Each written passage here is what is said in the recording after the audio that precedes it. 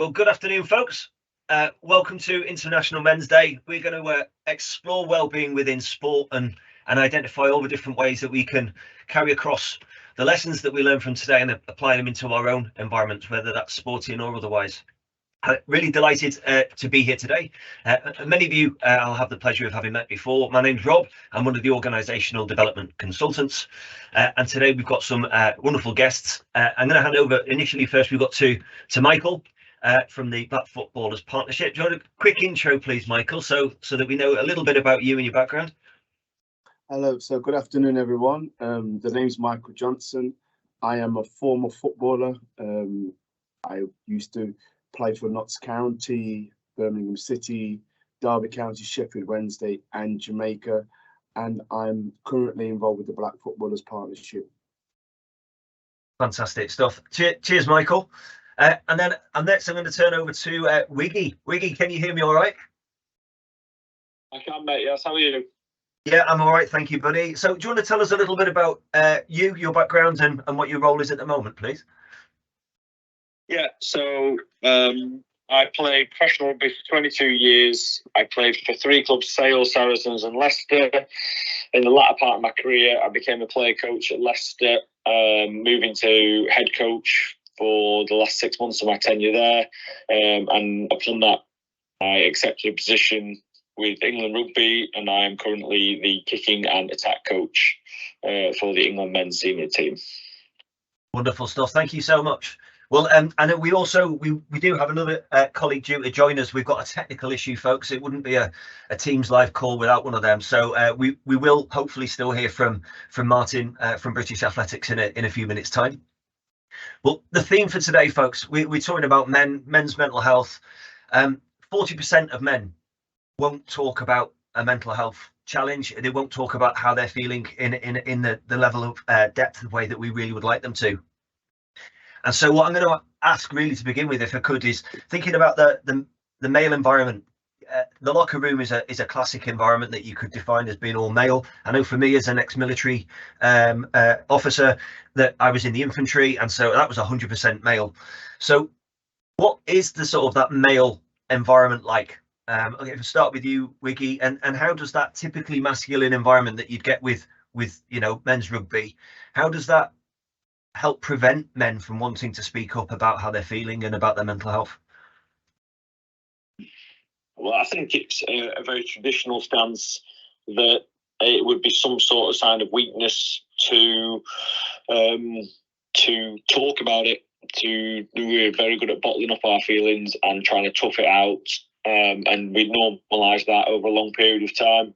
I do feel that times have changed hugely, and that when people do get to speak up or do speak up, I think it is almost celebrated to encourage others, because there's no way anyone who's been involved in professional sports teams hasn't seen guys going through tough times. And the more we can normalise people speaking up when they are struggling, the quicker we can hopefully help them on the road to feeling great again. Absolutely, I can't agree more. I was, as far as I'm aware, is the first person in my close circles to speak openly about my mental health when I was suffering. One recollection I have, it's slightly dated now, I don't think it's how we would do things, but having got back from Afghanistan, we've got 500 men all sat in the chapel. It's the only building big enough for us all to sit in, and the regimental medical officer was stood at the front, gave a quick talk about mental health, and says, so if anyone's got any issues, if you just raise your hand or come to the front and we'll take your name and we'll follow up. So if you try and find, one person in that room is a bloke who's just come back from Afghanistan, is going to raise his hand in front of everybody else and go, yeah, I'm struggling a bit, can I get some help? It just wasn't going to happen. But we can create those environments where it is okay to talk. It's not necessarily going to be a big broadcast like this, but there's definitely ways that we can get individuals talking in a format that works for them. Just out of curiosity, Michael, I know that you've been unfortunate enough to have suffered with mental health challenges in the past. Would you just bring that to life and really help us understand how talking has helped? Yeah, I wasn't sure at the time actually, but after being in an environment, I started playing football at 17 and retired at 37. So it's an environment for 20 years where everything's pretty much laid out for you, and you play every Saturday, you might have a game in the midweek, you're training, so you're in routine. And then at 37 years old, when really you keep thinking, you're fitting well, all of a sudden the contracts stop coming.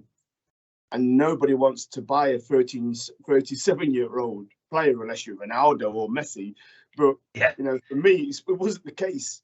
So all of a sudden, I found myself out of an environment for the first time where I wasn't in the changing room. I wasn't captain. I wasn't being sang to on the terraces. And the most important thing for me was a Saturday afternoon that I'd come so accustomed to over 20 years had gone. And so I started to lose my real purpose and my thought process. Okay, what do I do next? And with that started to become challenges. And then I found myself that when I'm retired now, when people say, what are you up to? I can say, oh, yeah, I've got a game coming next week. Well, when people were saying to me what I was up to, I was kind of waffling and trying to hide the fact that actually, I just don't know what I'm doing next. And so I spiraled in terms of putting on weight, couldn't get out of bed. And little did I know, I was actually sinking in depression. I do know that now, but at the time, I was so unaware. Yes. Yeah, I totally empathise there. It was after I left the military that my depression really kicked in. And when I eventually went to a GP, it was because I'd gone to the supermarket for three things. And so I had to call my wife at the time and call her and say, what are those three things that I needed? And she said, well, it was just bread, milk and sugar. I was like, right, okay, no probs. I went and got some bread, and then I called her back and said, I've got the bread. What were the other two things? And my brain fog was so intense that I genuinely couldn't remember those bits. And that for me was something's wrong. And it wasn't until I spoke to a GP that he said, I think you've got depression. I mean, we can do an assessment and work some stuff out. And I'm like, I'm not depressed. And my head's just cloudy. I don't know what's going on. And it really was the start of a downfall for me. But I look back on it really positively, because for me, a lovely saying, hitting rock bottom can be a good thing, because you've got a solid foundation. You're going to build up from there. I'm thinking about that then as we move into the next sort of subject, really. How do we go about tackling the stigma and encourage men that it is okay to talk? So Wiggy, what's your thoughts on that, buddy? Yeah, well, I think sharing as many positive stories like your two is essential. That we get it out there, that it's actually helped. I think that speaking to people and getting treatment has helped, because I think everyone wants to feel better, but I'm not sure that we know just how important it is to seek different treatments and get specialist advice and know exactly what's going on and what's going to help you make you feel better. So the more stories like you guys have just spoken about that we can get athletes, men and people to hear, the better, because it's absolutely essential that we don't have men suffering in silence, and that they feel like they have got a place to go, an avenue to go. And it's probably the wider we can spread that message, the more it might be you tell a friend, but he might have heard the story of where you should be going and who you should be talking to. Yes. Yeah, I definitely think we can lead by example and try and make it safe. What's your thoughts, Michael? Is there anything in particular that would have helped you speak out sooner? Definitely. I mean, I'd lost my chain in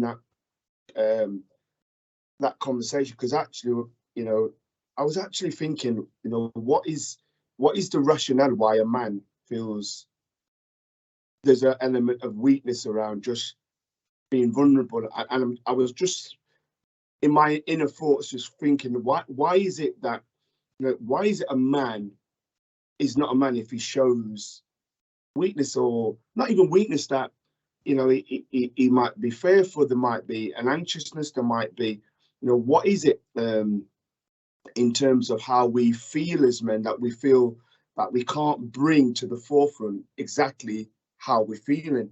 And I think leading into the question that you've asked, Rob, is around the environment and the leadership of the organisation that we are representing.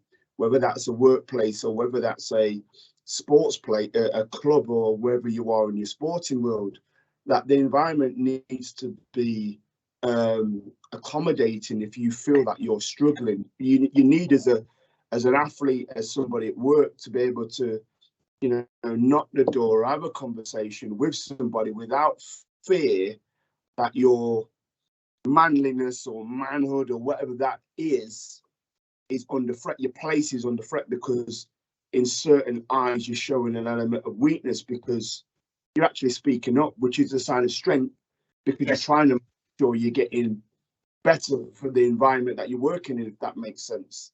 Yes. And I think, do you know what, to pick up on some themes you mentioned there, I think pride has a lot to do with it.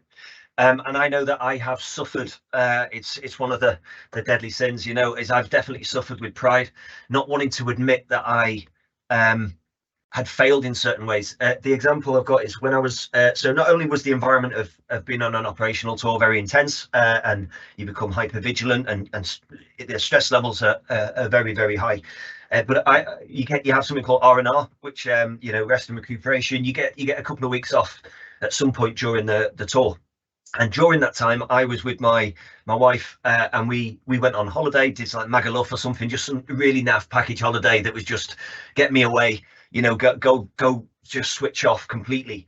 And something that I've never actually shared with anyone at work before is, I think it was second or third night, we were actually mugged, and I was kicked unconscious, and my wife was sexually assaulted. So I was at the most alpha of my life. You know, I was, you know, I could bang out 1,000 sit-ups. I was in the infantry. I was war fighting in Afghanistan. I boxed for my battalion. And then the one time I needed to be able to actually protect someone and be the man that I wanted to be, I absolutely couldn't do anything, and was just, you know, absolutely battered. And my wife and I never talked about it. And I didn't talk about it at all until during lockdown, and I actually eventually spoke to a counsellor. So I think that's something like 15 years of my life where I dealt with some issues that I didn't, no, not 15 years, but more like a decade of my life, dealing with some issues that I didn't need to deal with, that I could have let out so much sooner because of the pride, the denial as a bloke to actually say, yes, you know what, I am struggling, and I'm not the guy who I want to be, you know. So it's that admission of vulnerability to myself, not about telling everybody else. So Wiggy, if I could just explore with you, mate, one thing that we know that you will do as a coach is you're trying to get the performance out of the team. You're trying to get the individuals to perform at their best. What can coaches, and in our business it'd be line managers, what can they do to try and help really support mental health when it is there, when you can see a difference in someone's performance, and how do we fix that? Yeah, I think, well, one thing it's upskilling yourself as a coach and a manager to spot the signs of it, and make sure you open your eyes and you're not fully focused on outcomes, and you are people focused. You'll often notice a lot more, and you'll get a lot more out of them. I think as a leader, I think you've got to show your own vulnerability. I think gone are the days of barking at everyone to try and get them to work harder for longer so that you get some sort of results out of them. I think they need to see the human side of you, and everyone will have gone through some sort of struggle to get to where they are. And I think the more you can share what you've been through, and it might not have been depression, but it might have been tough times that you've worked through, you might open that channel up for someone to be more forthcoming with their feelings, with how they're getting on, and that's ultimately what we want. Yeah, that makes sense, and I totally empathise. Yeah, that we can speak more openly, and it doesn't have to be mental health specifically that we're talking about. It's that vulnerability piece to just say, yeah, I find that hard, or I struggle with that part of my job or my role, you know, too. And these are ways that I try and work around it, and admitting mistakes as well. I think it's in a professional environment, be it sports or law firm, financial advice, you know, you try and build up a reputation or a personal brand so that you get the job offers, or you get picked for the right team and for the right matches, and you get the opportunity with clients for those of us working at IM. And I think that there's a real risk that you then are in a position to try and maintain a personal brand that isn't real, because you don't want to admit that there's any kind of flaw in it. So we end up being in denial all the time about what we do struggle with. Out of curiosity then, Michael, what things have you experienced that have helped you from the support that you have received, you know, be it from line managers, coaches, or anyone around you more broadly? You know, what was it that helped you? I think just going back again, just the opportunity to have conversations. I think just to be open and to allow a conversation to happen. You know, you come across certain leaderships where, you know, that your line managers where you're probably not comfortable having these kind of conversations because you're scared, will that be a detriment to my job? Would that mean, you know, they look at me completely different, like I can't handle it?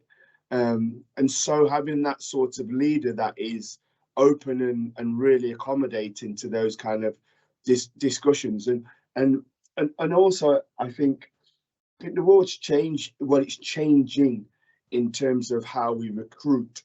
So a lot more. If I go back 10 years ago, it probably would have been if you would have known everything about your job that you've gone for. You know, you can read a book, you can study about it.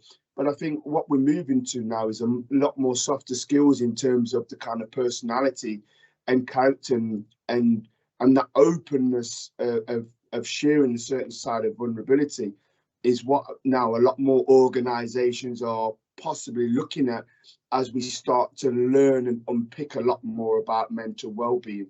And so for me, I think we're moving more from the, you know, the exams and, you know, they know everything about the role than actually a lot more, you know, people skills in terms of people understanding. And that's what I see football definitely in recruitment side moving a lot more towards. Yeah, I guess I think one of the phrases that we've used quite a bit with Mitchell, that emotional intelligence. You know, it's kind of, if you've got that emotional intelligence, you've got the maturity in your personality, and that you're able to deal with people in the right way, then it's as important, if not sometimes more important than the, like you say, the academia or the technical aspects. It's like, how do you bring it to bear is so much more important. But with that in mind, Wiggy, one of the things that would be really help would be, we talk about trying to create an environment whereby it's all right to talk, it's safe to talk, it's okay to be vulnerable, to admit what we can't do, and indeed like to reach out and get that support. However, we also don't want to become overly dependent on the organisation to do it for us. We want to build sort of individual sustainability and, you know, bounce back ability, if you like, you know. So how do we build good individual resilience and not become dependent on our line managers? Yeah, no, it's a great question, because everything we're trying to do in sport is to create really adaptable, in my case, young men that can problem solve and can work things out for themselves. Now, the to and fro of what we've talked on in terms of myself being vulnerable enough to admit when I don't know stuff, but showing great examples of my work ethic and what I might demand from myself will hopefully rub off in terms of, right, well, I'm going to give this a good crack, and if I'm struggling, I'll say something, rather than I want to prove I can do this. We don't want that. We want to create I am giving this absolutely everything, and either been an intervention from the coach who has seen him struggling, or he's been open enough to ask for it. So we're looking for that out and out desire to improve and be better and do the absolute best to yourself. Because I think if that's your intentions, if your intention is to do the best, then you will ask. If your intentions are selfish or they are needy, then that's what they'll come across as. But if you're absolutely trying to do the best, then that might mean asking for help.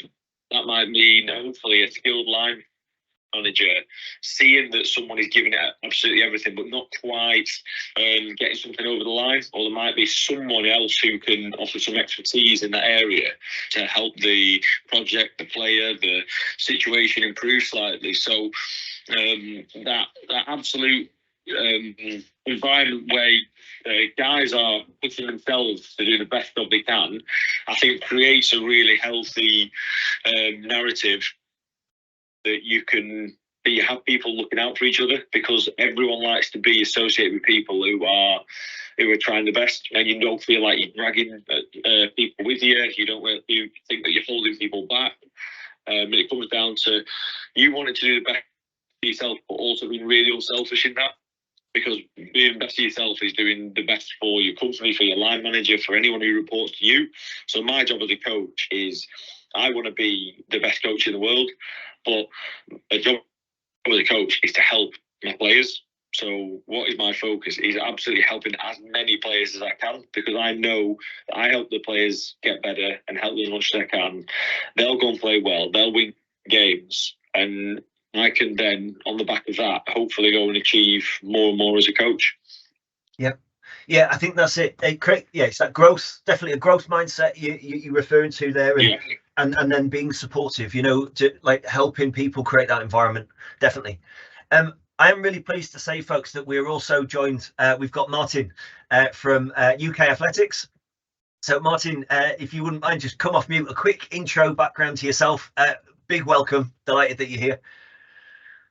Sorry for the delay. I was listening. I was part of the live broadcast. I was listening to everything going on, but apologies to mine. My name is Martyn Rooney. I was a British athlete. I ran in the 400 and the 4x4 for about 16, 17 years. And now I am part of the coaching staff, part of the team behind the athletes that kind of just helping trying to mould the 4x4 program and make it continue success, basically, continue its success. Brilliant stuff. Well, one thing that actually I know that we touched base before today, Martyn.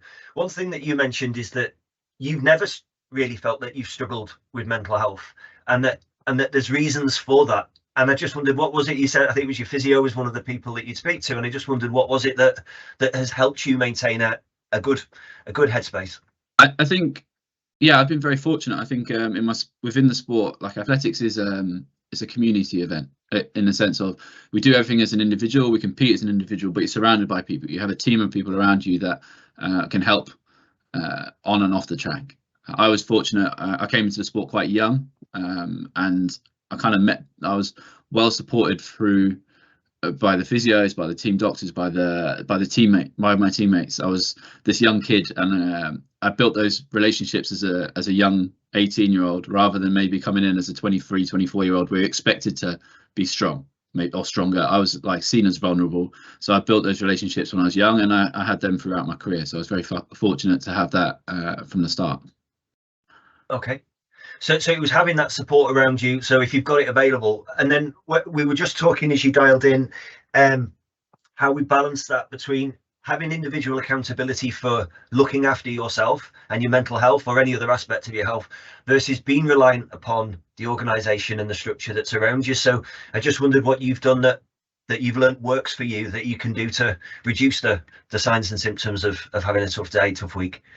I think it's just been open. I think I've heard it a couple of times already, where it's just being open with the people around you and not being scared to speak up. I think Adam was just saying about being an alpha and what an alpha is. It's like, to me, being an alpha is being useful and understanding the value of people around you.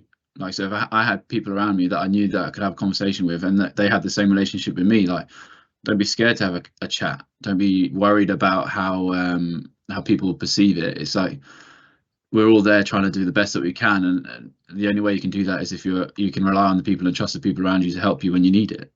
So I think I've always had those relationships there, and it's given me the bedrock of how to be an elite athlete. Brilliant. Yeah, I think that's it, making use of what's there. So take ownership. We've got some amazing resources to support us at IM through our Wellbeing Hub. We've got Healthy Mind advocates, we've got external professional support, and I think it is down to us as individuals to say, no, I'm going to recognise there's an issue in myself, speak to someone if you need to, but really proactively go and access those resources and deal with it. Folks, we did have a few pre-prepared questions that we know that we wanted to discuss about some topics that were relevant, but we've also got some questions coming in through the chat, so I'm going to share one or two of those with you. Just gives a shout who would like to respond. So one of the questions here, you've got Dave Solid from IMAM.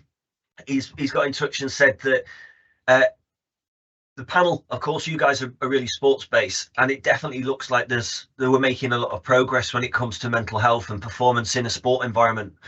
Do you feel that the business world is progressing at the same space, or is there something that's really fundamentally different about the professional environment that means it's still a weakness to talk about what you struggle with?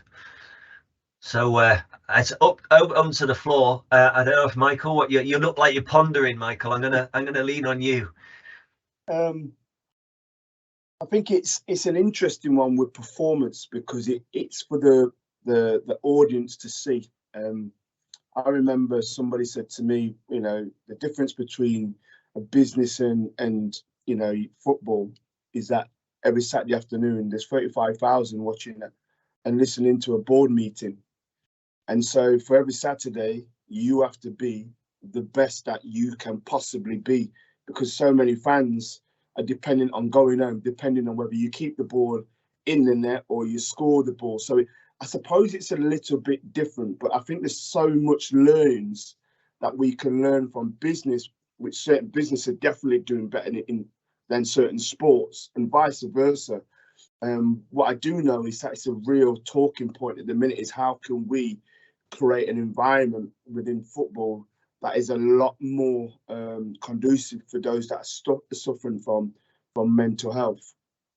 Yeah, I think that's the difference. I think in my job, I interact with people all the time, but I don't have 30,000 people with an opinion on every single performance that I put in. And so I guess you guys have needed that environment, that support, like that Martyn was describing, where you can talk about underperformance and struggles.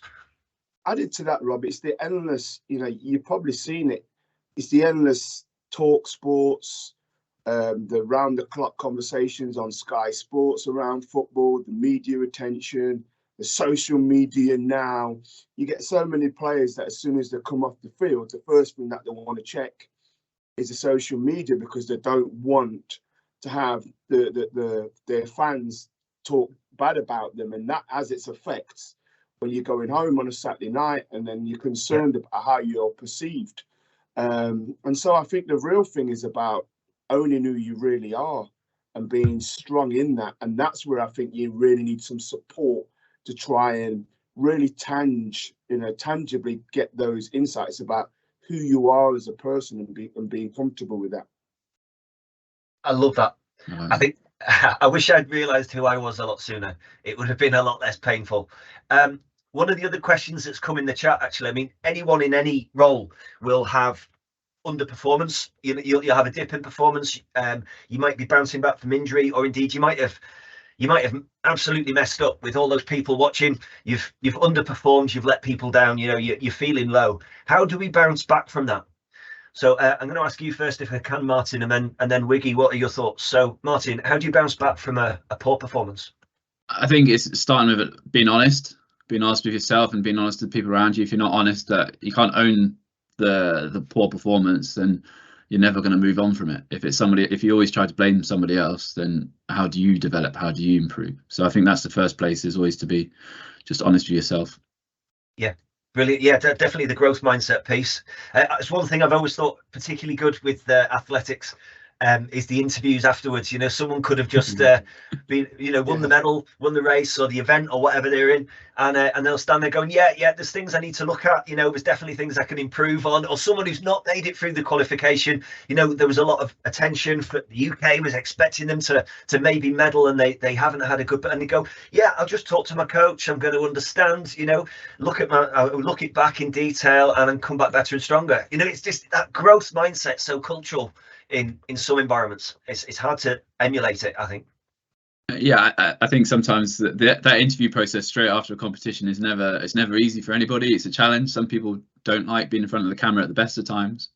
I think, and if you get the wrong question at the wrong time, it can really affect you. But it's, like I said, if you're honest with yourself, if you can own the performance, whether it's good or bad, then it's kind of like, what can they say that's going to damage you? I think it's completely different in football, where, like I said, there's 35,000 people screaming and shout at you, and then you go home and there's a million people on Twitter. So it's like understanding that that's a completely different world to anything else that we normal people would face. Yeah, I totally with you. I think, yeah, I would rather, at least if I've got a facilitation of a group of 12 people, there's only 12 people's feedback that I'm after. I've never had 35,000 people judge me. And then on social media as well, there's the other hundreds of thousands who are watching. So Wiggy, if we could turn to you, please. How do we lead a team or colleagues to bounce back from a poor performance? Yeah, no, I think all brilliant points so far, and obviously start to being honest so that you can move on and work out how you want to get better. I also think you want to separate who you are from what you do. So in a sports environment, like you as a young player, you can live and die by playing well in front of the weekend. And I'm sure the older these footballers get and these rugby players get who come off the pitch and then are getting abused or praised, but when they open their phone, it'll matter less. You have a group of people around who you trust about that performance, but that's what it is. That is your performance. That isn't who you are. Then they can insult you personally, but it is a matter of you knowing exactly who you are and what sort of person you want to be, that you have that to latch onto, rather than if you are solely career focused and you are solely outcome focused, then you're going to be really hard to have a growth mindset. It's going to be really hard to have any perspective, because you're going to live and die by results, and that the results only tell you so much. The process of wanting to get better and doing your absolute best, I think you can live with poor performance if you've done that, because you'll go, right, what do I have to change? What do I have to work out here? I always felt the worst after I hadn't quite mastered the preparation. So you always you're asking questions. So how you prepare would be top of that list, so that you can look back and review that rather than just the outcome. That's really interesting, actually. And I think you've raised so many different elements here. So one thing we're talking about there is, from a psychological point of view, is identification. So it's like, I am my job. I am my last performance. And if I did well, then I'm a great person. And I'm terrible. I'm a bad person if I missed the kick that would have won the game, and that it's a tricky thing, because we want to create identification. You want that within a team whereby they identify with each other, they identify with the results, so they actually give a damn about working hard and making it happen. And we try and do that at IM, and yet we do spend time coaching colleagues to go, all right, so you cocked up, all right, mistakes happened, they were learn from it, move on. But it can be more difficult for some of us to do that than others. Out of curiosity, Michael, what's your perspective on bouncing back, when it comes to the struggles that you can face, partly on the pitch but also off the pitch, when you started to struggle, having left the professional sport environments, so how have you bounced back to where you are now, which seems really grounded and solid, and you've obviously got through it? So what have you done?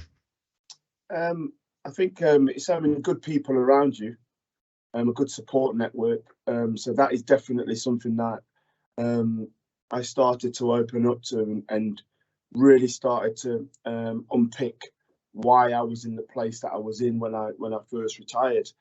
And then I think that I think the key word for me was an acceptance of this is where I am in my life, in my career. I didn't accept it that I retired, and I didn't want to retire, and why should I retire? And why am I not getting a contract? It's them, it's not me. But then I had to accept the fact that, this is where I am. But from that acceptance, you start to, okay, what's next? And that's when I started to, involve myself in re-education, going back into environments where I had friends who were in management positions, and getting their opinion, and started to then qualify myself to get back into the sport that I'd loved. So I think for me, the first one was the support, but definitely that acceptance piece where, I accepted whether, I think Martyn was talking about whether you accept the mistake. I think once you accept the mistake, you can then move on. How do we rectify it? For me, it was that acceptance of where I am in my life now. I'm now outside the game. I've got enough now to get back into the game that I love. But first of all, I needed to accept that my career as a athlete was now ended. Yes. Do you know what? It's interesting that there's something you mentioned there that Wiggy referred to. He talked about performing well normally was because there was a plan. So you prepared properly beforehand, and then you've delivered it, and then you can review it in hindsight. And you just mentioned there that part of your bounce back really was you made a plan. You said, no, I'm gonna do stuff. I'm gonna, you know, go back into education, qualification, experience, and then revisit yourself. You know, the path that you're on. So the planning's definitely there. Martyn, one thing that I'd love to learn from you. I mean, all sports you're required to be fit, healthy, look after yourself. That's an absolute essence of it. What's the main things that we can do from a health and well-being perspective in a day-to-day basis without being an elite, you know, sprinter, 400-meter runner? What is it that will help men look after themselves and maintain a better headspace? Go to bed at a reasonable time. Yes. It can be as simple as stuff like getting enough sleep and rest and hydration. There's simple things in life that, like, when I speak to young athletes now, it's the things that you can do that are free. So you can go to bed and get enough sleep. You can drink and hydrate yourself properly. We live in the UK where tap water it's clean, it's drinkable, you know. So we got those two things that can make a huge difference to, if your health is good and you're rested, then hopefully your mental health will be a part of that as well. I think the other thing is it's organising, having some kind of routine. Routine's important to, I think, as a young man, that was something that definitely helped me through my career, and it having a structure in place. So the routine and structure that gave me like something solid, something that was a pillar that I could work from, if that made sense. Right, yeah, that does make sense. And Wiggy, could I ask you the same question, please? I mean, in the rugby environment, you can't play a game of rugby and not leave with a few knocks and injuries. I foolishly returned to rugby in my early 40s and only lasted 5 games in the first 2 before I was absolutely crippled out of it, and I can't play anymore. So yeah, how do you advise us really to stay healthy, stay well, so that you can deal with challenges? Yeah, I think the thing for me, when my career came abruptly to an end for a different reason, but it was routine of exercise. So as a professional athlete, you are absolutely spoiled with, it is your job to be fit. It is your job to train, and you get people, experts, keeping you fit, helping you stay fit, rehab, but also give you training programs, access to facilities. So you're absolutely spoiled. But when that goes, it is now your day job is completely different, and your hours go through the roof. So you have a decision to make, and I see it with all ex-professionals, whether you go, oh, I'm not going to exercise, and you're going to become out of shape, or you're going to be stuck into exercise. So I finished playing on the Saturday and was named head coach on the Monday morning. And for 2 weeks, I only exercised twice because of the workload and the demand, and I felt awful. I'd gone from exercising obviously most days. So then I had to have a new plan and a new routine. I lived away from work, but it meant getting up an hour earlier than I already did, and exercising before my day started, and then getting someone who I got on well with to make sure that he was checking in with me, had I worked out that day, what we're going to do, and get into a real exercise routine. I've not found competitive sport yet. I really miss the competition side of it, but I would exercise most days now, and I think that is absolutely crucial to me feeling better, me having more energy. And as much as I don't enjoy the 6 o'clock start, or when I was travelling to Leicester, the 4 a.m. start, to do something, I was set up way better in terms of how I felt, my energy, my mental space for the day. So I would say the routine, but of wanting to do some form of exercise to make yourself feel good. Completely agree. Like I empathise with that. Well, I was one of those professionals, like obviously not a sportsman, but within the army, I was leading the way in fitness. And when I left the army, I just became a very lazy civilian for quite a while, and gained weight, and it took me a while, and I was also more depressed. Alcohol was a comfort blanket that I turned to, or self-medicating in that sense, and I wasn't living a healthy life. And now I know whenever I am, so I still get the odd stretch of depression where I get a few days or maybe a week where I'm low. And the first thing I do, Martyn, your advice, like hydrate, get energy when I'm hydrated, sleep more, I don't go near alcohol, and I get out there and do some exercise, even if it's just a 20-minute blast around the park or something. Get your endorphins going and your heart rate up, and it can really make a difference. So yeah, that can definitely help. Right, folks, is there anything else? We're going to close up now, I think. Is it? Oh, hang on, we've got a call. Oh, we've got another message in, sorry. Oh, right, okay. So I know we've talked about it a little bit, but the specific question that's just come in is, what's the biggest barrier to getting men to discuss mental health more freely and more openly? So not necessarily the solution, but what is the biggest barrier that still remains? John, I'll send it your way if I may, Martyn. I think it's just the stigma around it. I think, like, you feel like you're not, as a man, should you be able to speak up? And I think there's enough strong, big alpha people who do it now that you kind of should feel comfortable enough to do it. And if you can't do it within your friends group, there's other people you can speak to. Like, there's services out there. There's colleagues. If you're in, I work for Loughborough College as well as UK Athletics, and within that, there's people that we can counsellors if we need to speak to them. You know, it's just reaching out to them and making. I know it's the solution, but it's like it's a brave thing to do, and that is, it's harder to do that and to admit that you're wrong or you need help or whatever than it is to just struggle on, if you know what I mean. I think it's much harder to take that step forward. So it's just being brave enough to do it. Yeah, I completely agree. In fact, interestingly, I've never ever received anything other than positive response when I've spoken openly about the different issues that I've had or have. You know, it's that no one has ever been negative, and people have ever said, that's great, it really helps. So that stigma, I don't feel like it should be there. It's almost like this elephant in the room where we go, oh, there is a stigma. So, but having challenged it head on, I've actually found that I don't feel like there's any disadvantage for speaking up.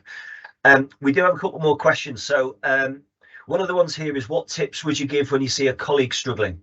Okay, it might be with their mental health, but maybe they don't see it themselves, that they aren't on form, you know, that they're not firing well. How do you support that person, especially when they might see it as a weakness? So I'm going to ask Michael, would you mind sharing what your thoughts are there? That's a really tough question. You know, what advice would I give? I think, because sometimes, you know, that if I've approached somebody who may not want to hear, sometimes it's not ended well. It's actually splintered our friendship further. And I have, not around a mental health issue, but I actually have gone to speak to somebody, and it's just not ended well. I think depends on how close you potentially may know that person. Obviously, the closer you are, you've got that relationship to cross that bridge. But I think if there's somebody within your office or environment who you feel, you know, is struggling, and you may not have that relationship with that person to engage, it might be going to speak to the line manager or somebody who potentially may be able to call this person into the office and say, is everything okay?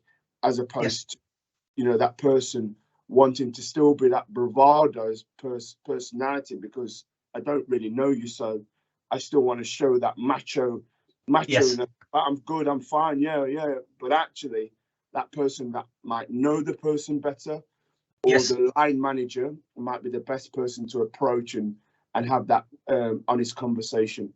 Brilliant. I love that. I definitely think that it's not always for us to do it. I think that's it, but we can do something, but it might not be us that are best placed to have the conversation. Wiggy, what's your perspective on that one? What do we do to help someone who might not realise that they aren't in a good headspace? Yeah, I completely agree. I would try and find the person who's closest to them, who knows them best, who knows what their best and worst look like. How would they want this information brought to their attention? And if you truly believe, if you've been through the right process again, and you believe that you are doing the right thing, you're trying to help, then it will always usually work itself out in terms of their reaction, and you get into it because you've gathered all the information. So it's who's best placed to speak to them, who knows them best, not trying to rush in to save the day, because again, it's not you who's who's trying to who you're trying to help. It is you're trying to help the other person. So make sure that you're getting all the information you can without just trying to, I don't know, probably this hero type thing of, oh, I wanted to help you, and it's not about you, is it? It's about the person you may see struggling. So just trying to go through all the correct channels.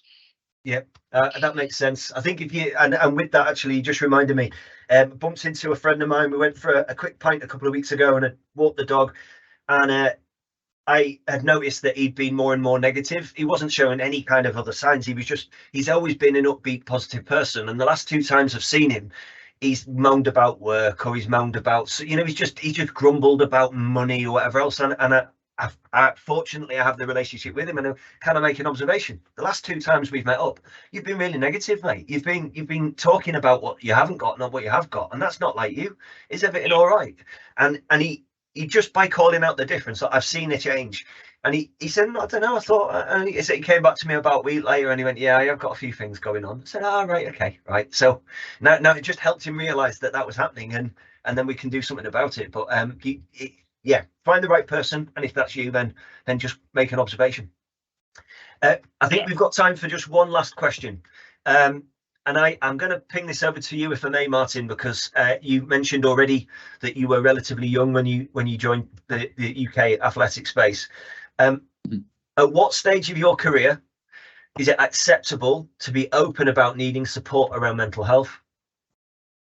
I think it's acceptable from day dot. Like, you should always be like, there shouldn't be an age limit. Oh, right, I've reached mid-20s now, I've got to go seek help for my mental headspace or mental strength. I think it's something that can be open to anybody at any age. And as I said, it takes a bravery to kind of do it. So maybe it does take someone to be a bit mature and understand that it's not an issue to do it. So maybe it does happen later in careers, but at any stage you need it, you should be able to reach out. And I liked what Michael said about it's not always you might not be the right person to speak or be and follow what Adam said about being a hero. You don't always have to be that person. So pointing someone in the right direction, or maybe nudging someone else and be like, oh mate, have you seen this guy, what's going on there? And they'll have that conversation. I really like what you both said there. So good stuff, wonderful. And then we've got one more question. They're coming in. People obviously wanted to get the full hour out of you guys. So I'm gonna pose the question, and I think I'll come to Michael because I know that you talked about this with regards to your career more broadly, but how do you find the best way to cope with the come down of a big high of competition or a really successful period, and then get back into normal life? And just to give some context, we will have teams within our organisation. They're all measured. There's financial performance, there's cultural performance, lots. And sometimes they will just have an amazing year. They'll do really, really well. And then for lots of reasons, like the market conditions or anything else, they then have a bit of a come down following it. And how do you manage that? So I just wondered, for you, we'll go Michael first, and then I'll open it up. Michael, how do you deal with the down that follows a good performance? Yeah, it's and for me, I think there's an acceptance of performance that it's not always going to be like that.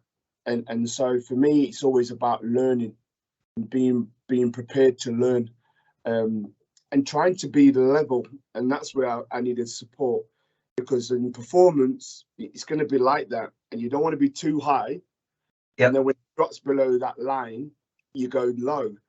So how do you sustain a real equilibrium, regardless of how the troughs of your performance? And that's where the help and support of, for me, mentors has been really, really good. I definitely took on a mentor on board, and I'd advise people, if you know somebody, you can trust somebody, just to check in and on a regular basis about, your diet, your sleep, as Martyn's mentioned, but also, that performance side of things, so that you don't get the troughs of what life will and performance will inevitably happen when you go up and down. And don't be too down in your down. It's trying to really have that equilibrium that, you can learn from that to get you back up. Yes, that's a great shout. In fact, you reminded me of one of my favourite sayings: "This too shall pass." So you might be having an absolutely amazing time. You might be absolutely at the top of your game. Everyone's loving you. You were saying about people wanting your autograph and all this. Remember, when you're in that wonderful moment, that it will pass. Make the most of that, but also recognise when you're having a really crap time and you may be getting slated in the media, or you get a lot of criticism from your team and your colleagues and everything else. You say, this is crap, but this too shall pass. You know, it gets you out of a whole world of pain.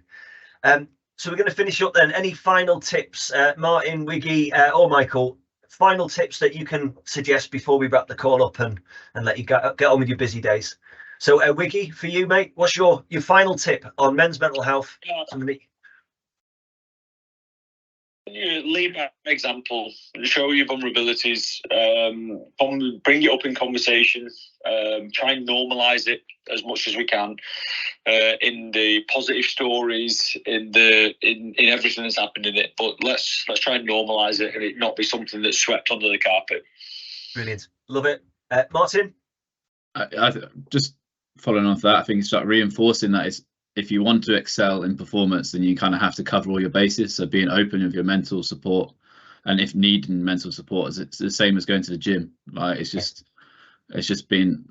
a part of what makes you, if you want to be an elite athlete or work high performer in business, it's kind of just reinforcing that it's a major part of what you do. Yeah, definitely. I know the well-known analogy that was used when I first started to struggle with my mental health and was denying it was, if you'd broken your arm or your leg and you had a sling or a cast, you know, then everyone would know you had an injury and no one would expect you to perform in the same way given your injury. But because it's inside your head and you can't see it, all of a sudden you think, well, I can just hide it and I'll be okay. So I definitely think you're right. We've got to have all of our bases covered. If you're going to perform well, consider every element. And then finally, Michael, what's your final top tip, if you would? Yeah, I think I mentioned it, a mentor. That can be a family, a close friend, a coach, somebody that knows you, who can check in with you on a regular basis, just to see how you are you getting on, you know, are you sleeping okay, and somebody that you would really welcome some feedback from. So for me, it's that mentor who could really help your growth. Brilliant. I love it. Love it. Well done, folks. Thank you so much for your contributions today. We've got Michael, Martyn and Wiggy. Thank you so much. I'm sure there'll be some other questions that follow in, but in the meantime, thank you so much for speaking so openly about mental health and giving us a lot of great advice on what we can do to be effective and bounce back when we do have setbacks. So thank you, folks. Thanks for being open. Thanks, Rob. Thanks, everyone. Thank you. Cheers, folks.